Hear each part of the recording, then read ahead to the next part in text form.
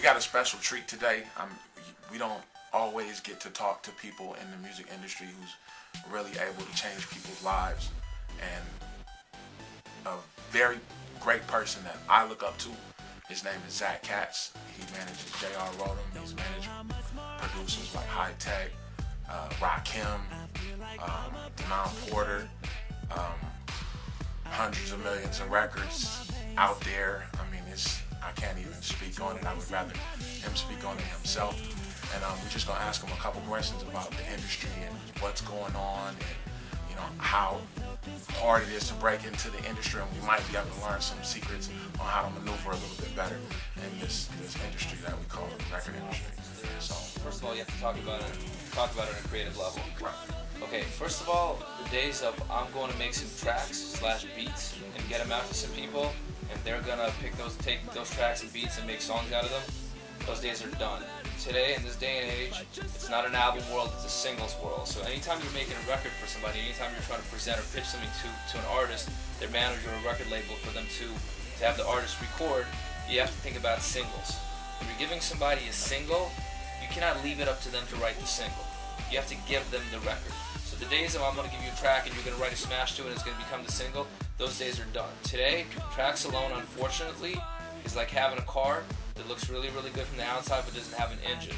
What makes the car run is the engine, and what makes, and comparing that to music, what makes the single is really the chorus, the hook, so to speak. So if you're a producer, you're spending all of your time by yourself making tracks, you're doing half the work. You need to start getting with other writers, with songwriters, and start collaborating and turning those tracks into song ideas. So when you present a record to T.I. or 50 or Game or Ross or Flow Rider or whoever, that you basically have to give them the finished record. Like, here's the track, here's the hook, all you gotta do is spit. And a lot of these artists are very, very talented. Some of them can songwrite, some of them contribute. But if you're really trying to really get into the game and you're starting from scratch, you're going to get ahead of everybody else by actually being able to give people records with hooks already and not relying or hoping that the artist is actually going to be able to come up with their hit chorus. Okay, man. I mean, I couldn't really answer that question any better. As far as what you guys are doing right now with J.R. Rodham and Sean Kingston, what's next for you guys? You guys got some up-and-coming artists? We have up-and-coming artists. Sean's album is done. It's coming out probably in late July or August. It's produced primarily by J.R. It's an amazing album. It's full of what we believe are really, really amazing records that are gonna feed the people's soul and their hearts.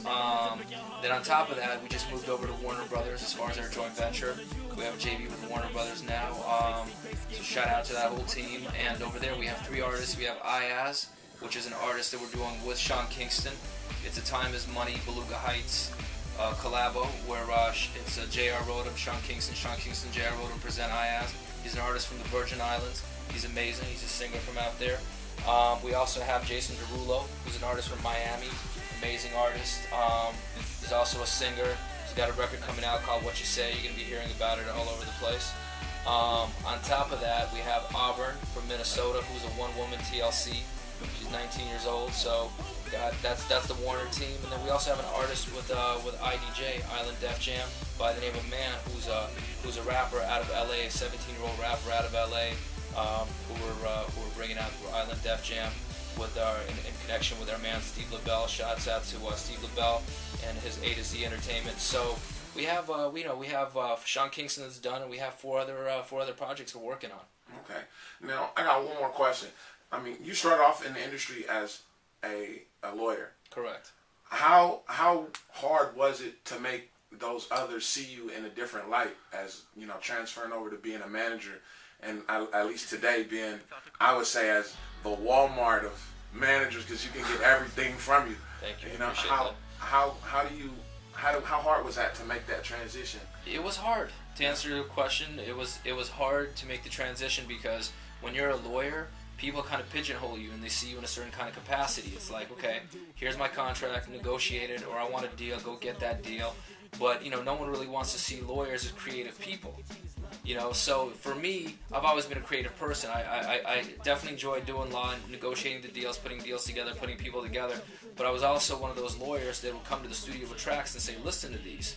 someone just sent these to me. And at the beginning, it was very, very challenging because people are like, what are you doing in the studio?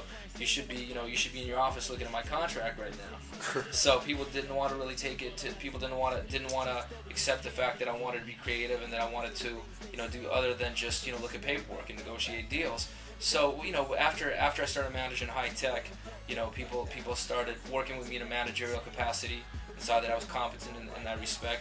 And then when I started working with Rakim and managing Rakim was when people really had to accept the fact that, look, this person is a manager. And I mean, I haven't practiced law for like a good, 7-8 years. I mean, I still use it, just for myself and for our company, for Beluga Heights. But, it's one of those things. It's definitely challenging. And the longer you stay as a lawyer, the harder it is for you to actually make the move. So I was very blessed that people gave me the room to make that move, and haven't looked back since. All right. Well, thank you for your time very much, sir. I know a lot of producers out there, people in this industry, is trying to get in. This is good to hear it straight from the horse's mouth. So I appreciate it. It's my pleasure. And again, one last word to the producers: don't make tracks, make records. Thank you.